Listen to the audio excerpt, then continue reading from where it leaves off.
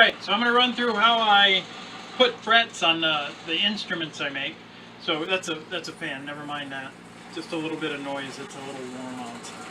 So come on in here, I'm going to show you what I do. Couple of secrets.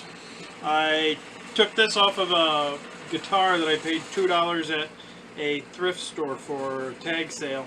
And it came off a guitar that had a 24.5-inch scale length on it, so you kind of have to know that so you know where to put the bridge on the other end. I chamfered this corner here a little bit, and I actually set it right up against the nut. The nut I have to install first, but you'll understand, you'll get it as we go. So I've numbered this. The things that I make, I go ahead and fret diatonically. I don't do all the frets, I only do the whole notes. So with these nice little lines, I remove the original frets with just a pair of side cutters, and now it gives me a spot. I can get my pencil in there and I can draw a line. So that for me is really handy, but a pencil is not the most accurate instrument in the shop, so I also have my handy little rusty X-Acto blade, and I run that down in that slot, and I can stand that up, and then I can just run that over. I stand that up, and I can just run that over. So I have this numbered up here on top of which ones that I need to put in. So now we're going to go over to the next step. I mark my frets out. I know what my scale length is. I know where my nut is. The nut really has to be installed before you start that like that. And now I'm going to go over and cut my fret slots, and I got a couple of different things to show you there. So come on over. Alright, this is what I cut my frets on. This is not the most glorious thing. It's certainly not a $100 fret saw. CBgitty just came out with a whole bunch of nice smaller scale stuff, which I would absolutely buy hadn't I already figured this out. A couple of things with your scroll saw. Regardless of what the number on the little dial underneath says, I always square up my blade and make sure it's true. Another thing that I've learned is if you're running a brand new blade, that brand new blade has a wider kerf than the same blade already used. I use a 20 teeth per inch, a nice fine blade because I don't want it to rip or tear out or do anything funny like that. So a 20 TPI blade, and this blade is new, so my standard file, the metal file, and I go ahead and file off the edge of these teeth.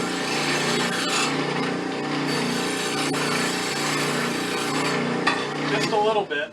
And what that does is that actually just eliminates the rake, and it'll let your frets slip in tighter. Because sometimes with scroll saw, especially if you're running a brand new blade, you'll see that some of them want to slip out, and that's no good for what we're trying to do. So to avoid using super glue or whatever else in your fret slots, if you want to be able to put them in and make sure they hold, take a little bit of the rake off of that scroll saw blade.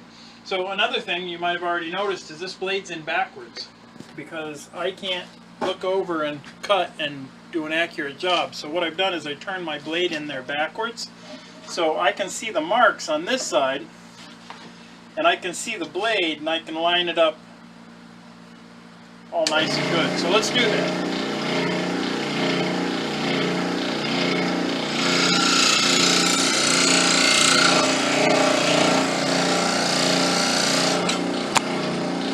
The depth of these blades is 0.110. I go in the depth of the blade, and that is just about right. It does leave a little bit of a space underneath, but I would rather a little space than no space at all.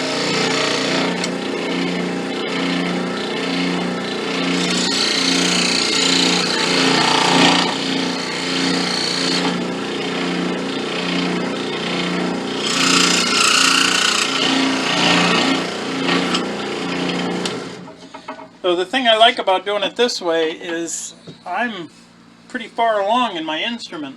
My glue up is done.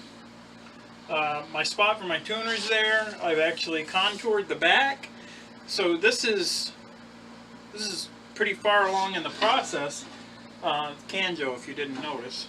And because I still have a flat spot, I can still put on my frets. So in some cases, if I'm not going to put on frets, I've got the option to omit. But my shaping is primarily done, and I'm just getting to fretting now, so I'm not fretting something that something might happen to down the road, because I very rarely run into a fretting problem. I very commonly run into something else, a tear out on the router or something like that. So let's go back over and we'll install some frets.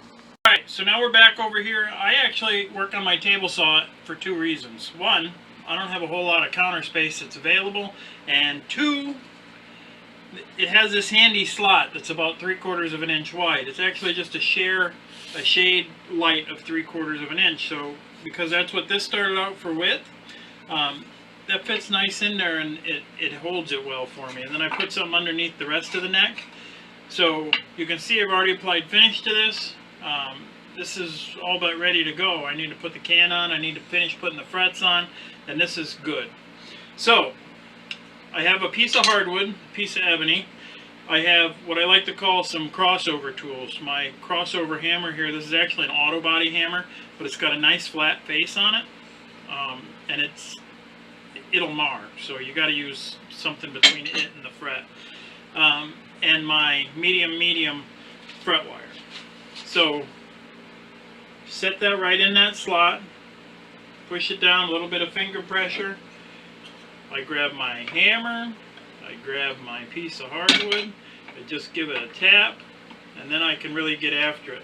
Just a couple of good taps, make sure you've got the support of a block of wood or something under that neck so that you're not marring either end. And then my next favorite crossover tool, they sell a lot of stuff for this, but if you happen to have one lying around, your horseshoe nippers from the feed supply store, fantastic. Look at that flat face right there.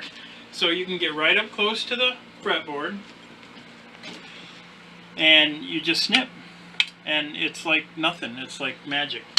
So there we are, we've got that one seated in. I'm gonna go ahead with this next one, set that on there, set that on there, get that down in, get your horseshoe nail nippers, cut that off.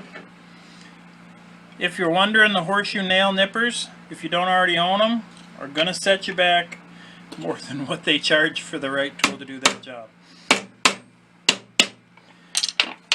But I think they do a fine job, and I already own them.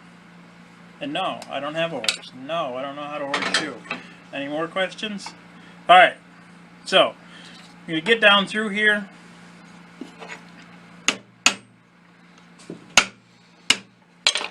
I'm going to cut that off, set that aside. Now, normally I would finish up, but for the sake of video, I'm going to show you what I'm going to do next. I lay this down, and I let those, I'm using that slot again, I let them hang down in there, and then I get the biggest flat bastard file I have. Yes, that's what it's called, flat bastard file. And I run right across.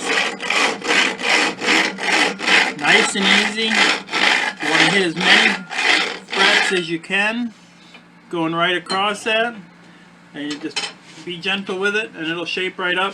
And then that same metal file I was using before, I get after the, oh, you know what I forgot to do?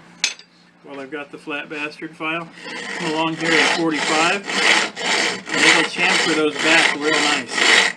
So that's just a regular standard flat bastard file. That's what it says on the shelf at the hardware store, just so you know. And it'll do them all at the same time. You've got to be a little careful because you'll hit. You don't want to mess up your paint job, so you don't want to mess up the lacquer. So that's what I do when I get to fretting.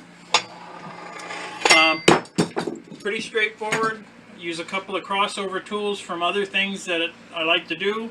I hope you can find something in there that helps. Remember, file that scroll saw blade a little thinner.